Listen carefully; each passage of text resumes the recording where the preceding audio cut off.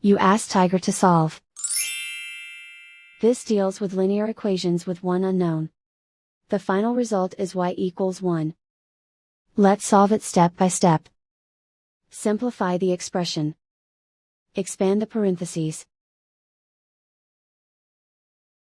Simplify the arithmetic. Group all constants on the right side of the equation. Subtract 12 from both sides. Simplify the arithmetic.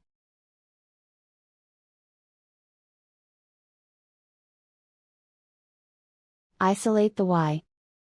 Divide both sides by 4. Simplify the fraction.